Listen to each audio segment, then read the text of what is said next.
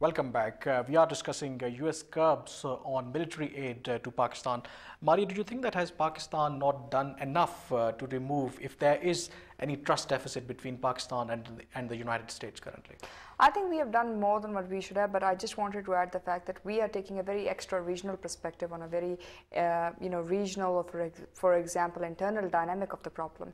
And oversimplification sometimes of using generic terms like the Taliban does not explain the entire context into which we are operating or what we are facing. Becoming a forerunner against an asymmetric threat vis-a-vis a conventional force is never perhaps the best option, because it's a question of what kind of threat you're dealing with. And if you're dealing with that threat, how do you operate against it? And most importantly, you cannot open so many fronts in all different directions because it's militarily inoperable, and most importantly, it will not get you the desired results. And last but not least, I think this entire ethos between Pakistan and US relationship, in which they're trying to build this relationship on a basis of transactional interaction between the two sides, can never be successful. Either you have a commitment to fight against terrorism, and in that case everybody puts the best card forward, and the best card forward may not be as similar to the one which might be put in by the other side. We can equally turn around and say what's happening in Afghanistan is not to the best of our interest. It is causing various overlapping dynamics to influence various local dynamics within Pakistan's terrorism problem, and consequently the blame game can go on. But the fact of the matter is, you're dealing with a very different kind of a threat. It requires a very nuanced, very different, and a complex understanding and solution as well, rather than purely military element. And I think it's that thing at the core of it that needs to be reanalyzed and relooked at if we really do want a solution in terms of taking this region forward. So I think this this idea of that Pakistan should become the forerunner, that we are the only problem to the solution, or that we are the only problem and it's that not doing enough, I think it's overstated. During President Obama's election campaign, he talked about the importance of resolving the Kashmir issue, and but then later he backed out on that statement when he appointed a special representative to Afghanistan and Pakistan, because Pakistan was expecting that he would take some kind of initiative. Many people would ask that if there is a regional problem here, if we have a history of bad relations between Pakistan and India, why can't US use its influence to resolve the fundamental issues between the two countries? So this problem of balance of power is addressed once and for all. You see, I think Pakistan's standpoint of having complete parity with India is something that in conventional weapons, in conventional forces, is simply out of the question. It has, the technological difference is so big and the resource difference is so big that Pakistan cannot really think of having a balance, and Pakistan should think of only using good diplomacy coupled with whatever military strength it has to make a good neighborhood over here in South Asia. And that is the... So can US military assistance in that case really disturb the balance of power? No, I think Indians are continuously trying to make sure that the US assistance doesn't empower Pakistan into increasing its side of the military balance. I think that concern is something that if you are an Indian, you would certainly feel that to be a very genuine concern. The issue is about Pakistan, how Pakistan sees itself and how others see Pakistan. These are two things that one needs to look into. We need to actually appreciate that outsiders don't think so highly of us as we think. Iran is the latest example. Something happened in Iran, and Iran reacted so strongly against Pakistan, in spite of all the good relations with Iran, that should tell us that we should spend time to look at us from the perspective of outsiders rather than always thinking about ourselves. But I think that has always been our problem. We've always been looking at ourselves from an outside perspective, whether it was the first Afghan war, it is the second Afghan war, it's the current situation.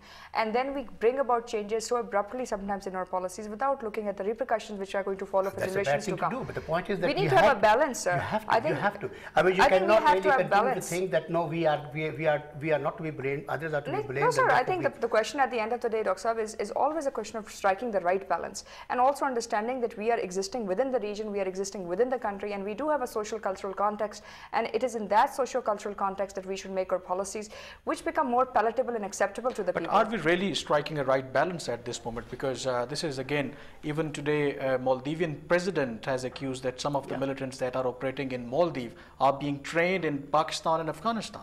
No, I mean, there's no doubt that Pakistan has, unfortunately, become into the limelight, into the spotlight in terms of any terror that is happening around in the region. Now, even if it was not sourced within Pakistan, perhaps anyone can get up and say it comes out of Pakistan, and it may well have come out of Pakistan. I'm not, I'm not denying that fact because I don't have any evidence on that.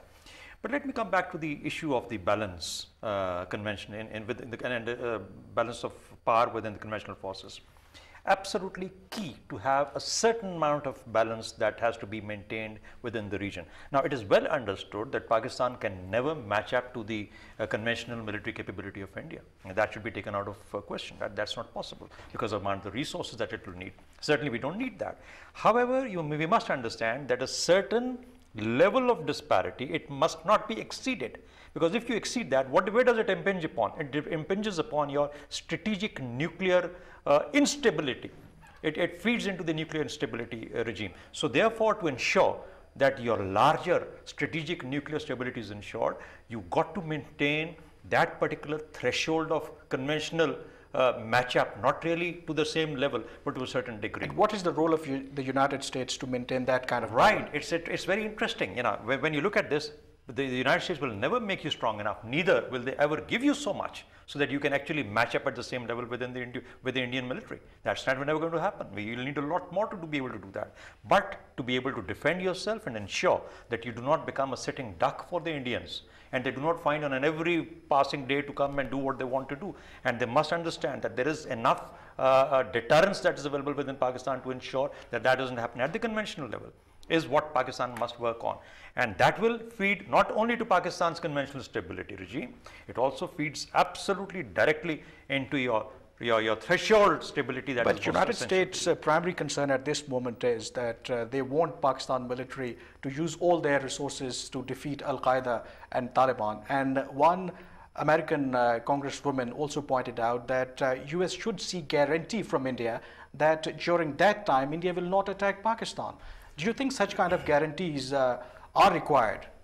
Well, certainly, I mean, US has already said, and India would act in its own way, the way it wants to plan to have relations in South Asia.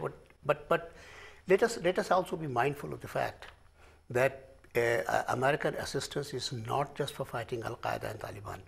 It is also for empowering Pakistani society from within. When we want to have balance of power with respect to India or other forces in the region, we must understand that we lose out on because of the internal strength. We have very poor education, very poor health, very low productivity of people, very extremely pathological case actually Pakistani society is. And therefore, a part of the US assistance is going into building that up. A larger part, $7.5 billion is going into build that up. Getting $300 million per year. And you think that the United States is sincere in that? Well, if that money remains to be used by us, US will only oversee it. And if we are actually sincere with ourselves, we should be making use of that money for ourselves. We should make our society, improve our society. We have gone so weak from within that we need to actually spend a decade at least trying to build ourselves up. Okay, we have to go for another break, and after the break, of course, our discussion will continue on this point, and of course, that US restrictions on the military aid for Pakistan. Stay with us.